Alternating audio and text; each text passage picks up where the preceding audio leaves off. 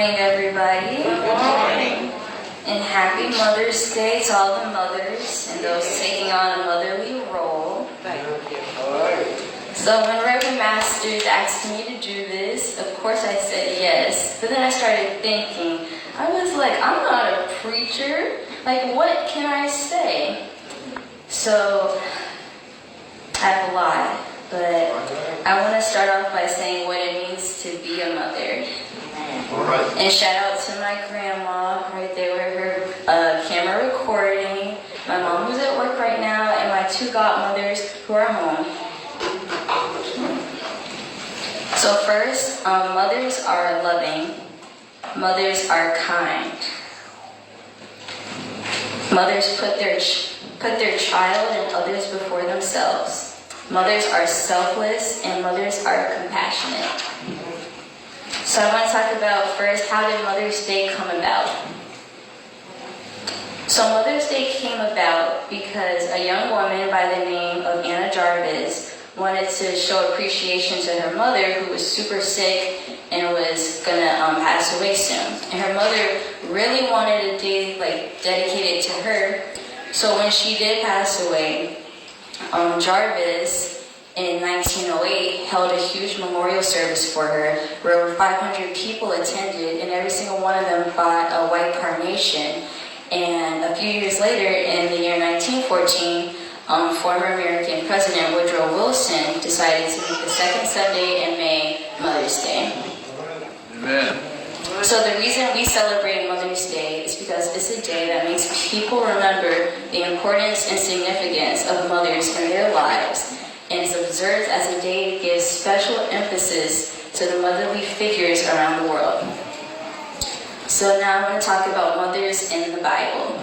So we're going to first talk about Eve, who is the first woman and the first mother, and called the mother of all living things. Since Eve experienced fellowship with God before sin and the fallout, she knew about God more intimately than any other woman. And she paved the maternal way for us today. Next is Sarah, who was the wife of Abraham, and she became the mother of the nation of Israel. She shared in Abraham's journey to the promised land and was there for God's promises and what they said that they would fulfill there. Sarah was barren, and she conceived a child in her old age through God's blessing, despite her doubts. And her faith serves as a shining example for every person who has to wait on an act from God. Next, I'm going to talk about the mother of Moses. I hope I'm saying her name right. Jochebed. Yes. She's the mother of Moses, Aaron, and Miriam. And she's more of the underappreciated mothers in the Bible, but she had tremendous faith in God.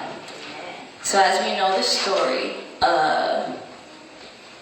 she put Moses in a basket down the Nile River to protect him. And that took tremendous faith to do that. And God worked it out because of her faith that her baby was found by Pharaoh's daughter. And Jochebed even was able to see her son after and became his nurse. So it just shows a true mother's love. Next, I'm going to talk about Elizabeth, who was also barren in her old age. Yeah. She was able to conceive and gave birth to a son because of God's promise once again. And she named her son John. Lastly, I'm going to talk about the mother of all mothers, Mary, who is known as the most blessed and most high mother. Although she was young, humble, and was poor, Mary accepted God's will for her life. She suffered enormous shame and pain, yet never doubted her son and God for a moment.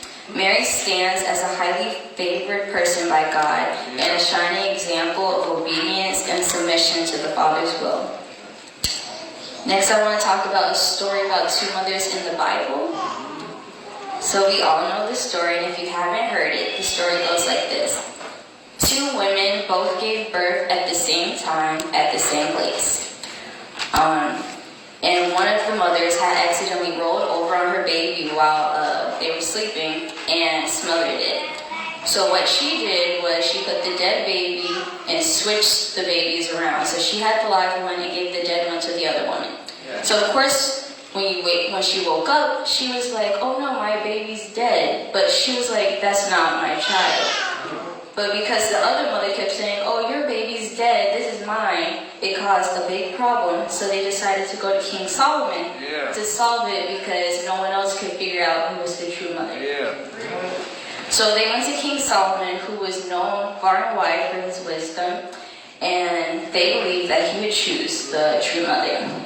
So after trying to figure out who the baby's mother was and listening to both of their pleas and cases, Solomon decided that he would test to see a true mother's love. So he decided to get a sword, and he said that he would cut the baby in half. That way each mother would have a piece of the baby. And the true mother of the baby cried and decided that she would rather her child live with another mother and she never gets to see it again, just so that it would live. And the false mother said, "Cut the baby in half. I don't care. Just cut it in half and give us both a piece." So once Solomon saw those reactions, he was able to see who the true baby mother was and pass judgment. So this is a true example of a mother's love and how much a mother will go through for her child.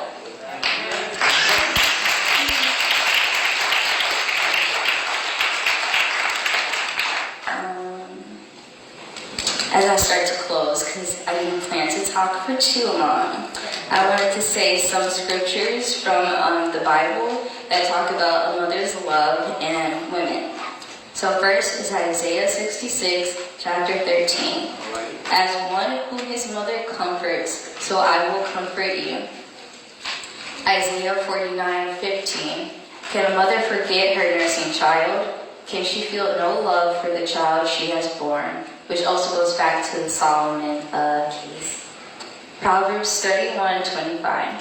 "She is clothed with strength and dignity. She can laugh at days to come."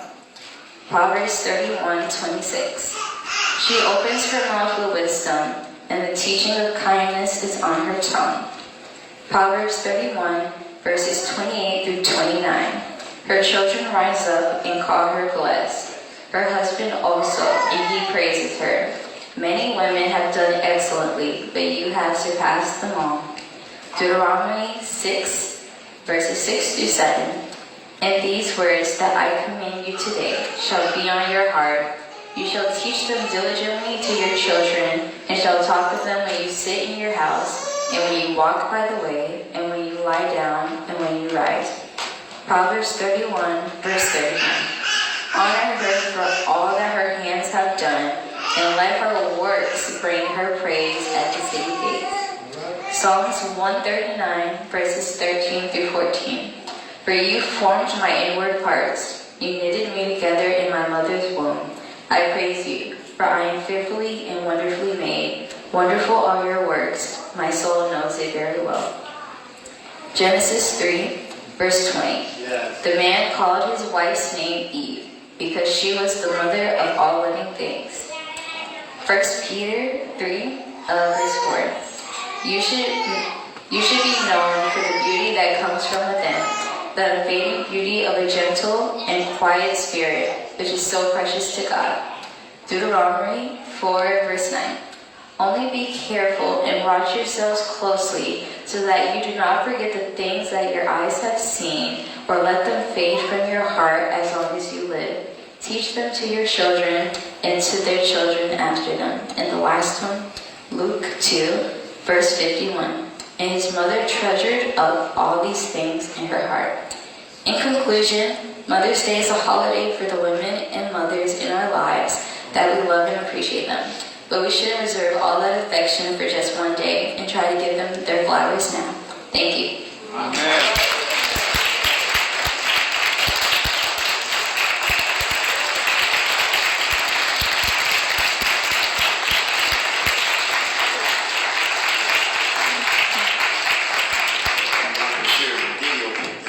She had a standing ovation. Give her another hand. Everybody stand. Let the world see that this 20-year-old